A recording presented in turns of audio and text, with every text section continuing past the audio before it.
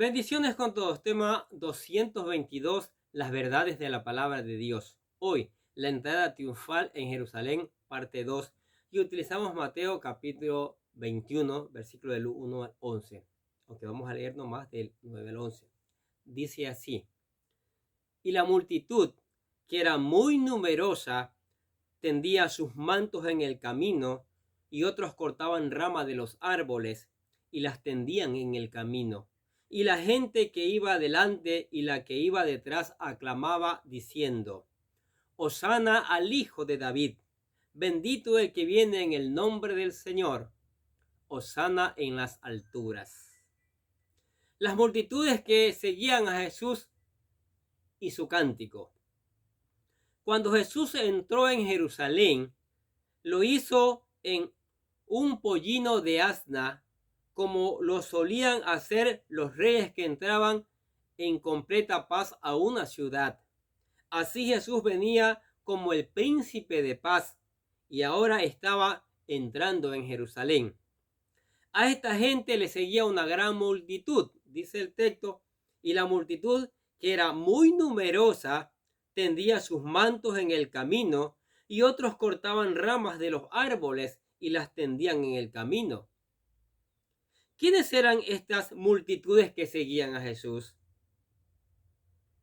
Definitivamente no eran los habitantes de Jerusalén, ya que ellos no le conocían, tal y como veremos más adelante. Entonces, ¿quiénes eran? Es lógico pensar que una buena parte de ellos eran personas que lo habían acompañado desde la región de Galilea. No olvidemos que gran parte del testimonio de Jesús se realizó en Galilea, aunque Juan en su evangelio nos brinda algunas referencias del ministerio de Jesús en Judea y Jerusalén. Pero esto tuvo mayor impacto con la gente de Galilea, donde ganó mucha popularidad, y lo hemos visto aquí en Mateo, de cómo grandes multitudes le seguían a todas partes, y no es difícil creer que parte de esas multitudes lo habían seguido hasta Jerusalén. Otra parte de estas multitudes posiblemente eran los judíos que habían venido a celebrar la Pascua y que habían presenciado la resurrección de Lázaro. Dice Juan capítulo 11, versículo 42 al 45 lo siguiente: Y Jesús, alzando los ojos a lo alto, dijo: Padre, gracias te doy por haberme oído. Yo sabía que siempre me oyes, pero lo dije por causa de la multitud que está alrededor, para que crean que tú me has enviado. Y habiendo dicho esto, clamó a gran voz: Lázaro, ven fuera. Y el que había muerto salió, atadas las manos y los pies con vendas y el rostro envuelto en un sudario. Jesús le dijo: desatadle y dejadle ir. Entonces muchos de los judíos que habían venido para acompañar a María y vieron lo que Jesús hizo, creyeron en él. Fue esta multitud la que tendía sus mantos en el camino, y otros cortaban ramas de los árboles y las tendían en el camino. Y Juan nos aclara que eran palmeras las que tendían en el camino. Escuche. El siguiente día, grandes multitudes que habían venido a la fiesta, al oír que Jesús venía a Jerusalén, tomaron ramas de palmeras y salieron a recibirle, y clamaban: Hosana, bendito el que viene en el nombre del Señor, el Rey de Israel. San Juan capítulo 12, versículo del 12 al 13. Al cortar las ramas de árboles y palmeras y arrojarlas por donde Jesús pasaría, estas multitudes anunciaban sus esperanzas a Jesús como el Mesías que les liberaría de la opresión romana, así como Judas Macabeo lo hizo en su tiempo de los sirios, y también declaraban un cántico asociado con la venida del Mesías.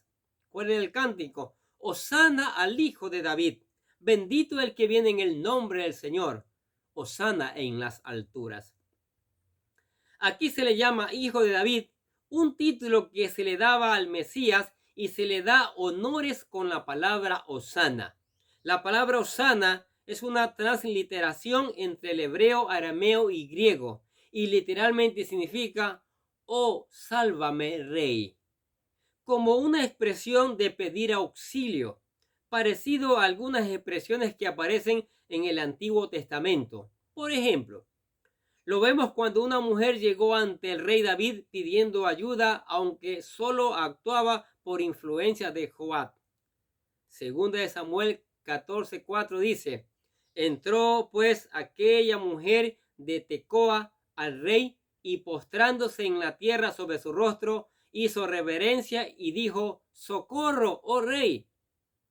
O la expresión de socorro que una mujer dirigió al rey de Israel pidiéndole ayuda para escapar de la muerte al estar sitiados por el ejército sirio.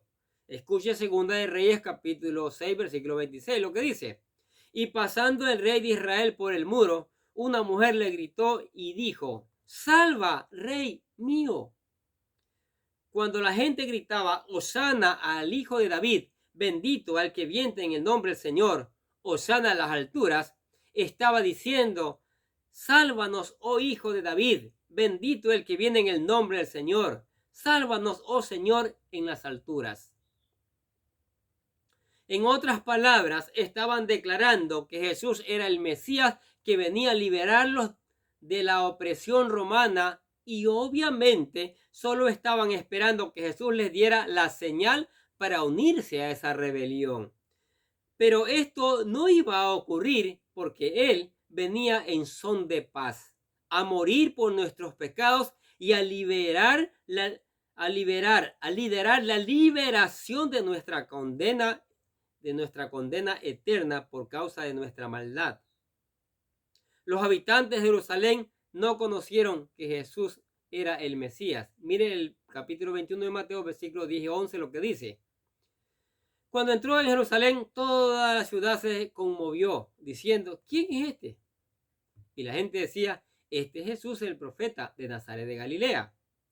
Es triste ver cómo, por un lado, aquellas multitudes le seguían, no entendían las verdaderas intenciones de Jesús, ya que esperaban que ese día nuestro Señor los condujera a una guerra civil en contra de la opresión romana.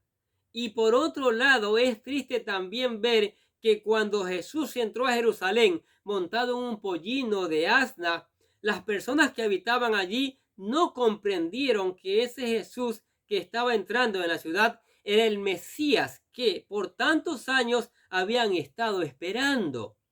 Es más, año tras año habían conservado la tradición de criar pollino de asnos con la esperanza de que el Mesías se presentara ese año y uno de ellos fueran la familia que proporcionara el pollino para que se cumpliera la profecía. Cuando Jesús entró en la ciudad y los habitantes de Jerusalén escucharon el bullicio de la gente, se preguntó diciendo: ¿quién es este? A lo que respondieron de manera algo indiferente y quizás hasta despectivo: este es Jesús el profeta de Nazaret de Galilea. El gentilicio de Nazaret de Galilea generalmente era usado como una expresión para menoscabar el ministerio de Jesús, ya que era una aldea despreciable de Israel y nunca se esperaba que de allí saliese algún profeta. Escuche lo que dice Juan capítulo 1 versículos 45 y 46. Felipe halló a Natanael y le dijo: hemos hallado a aquel de quien escribió Moisés en la ley, así como los profetas, a Jesús, el hijo de José de Nazaret. Natanael le dijo: ¿de Nazaret puede salir algo bueno? Le dijo Felipe: ven y ve. No obstante, aquel Jesús que vieron sin importancia aquel día era el verdadero Mesías, y aquel día estaba ocurriendo el cumplimiento de una de las profecías que ellos esperaban con gran ansia año tras año, pero no supieron reconocer el tiempo de su visitación. Por ello, allá en Lucas vemos la gran lamentación que Jesús hizo sobre esta ciudad. Lucas capítulo 19, versículo 41 al 44 dice lo siguiente: Y cuando llegó cerca de la ciudad, al verla, lloró sobre ella, diciendo: oh, si también tú conocieras, a lo menos en este tu día, lo que es para tu paz. Mas ahora está encubierto de tus ojos, porque vendrán días sobre ti, cuando tus enemigos te rodearán con vallado, y te sitiarán, y por todas partes te estrecharán, y te derribarán a tierra, y a tus hijos dentro de ti, y no dejarán en ti piedra sobre piedra, por cuanto no conociste el tiempo de tu visitación. Los habitantes de Jerusalén no conocieron el tiempo de su visitación, y por eso allá en el año 70 después de Cristo, las fuerzas romanas lo rodearían. El templo sería destruido y muchos de ellos morirían. Pero, ¿qué tal si aquel día lo hubiesen reconocido como su Mesías? Posiblemente hubiese comenzado el tiempo de su paz, pero lamentablemente no fue así.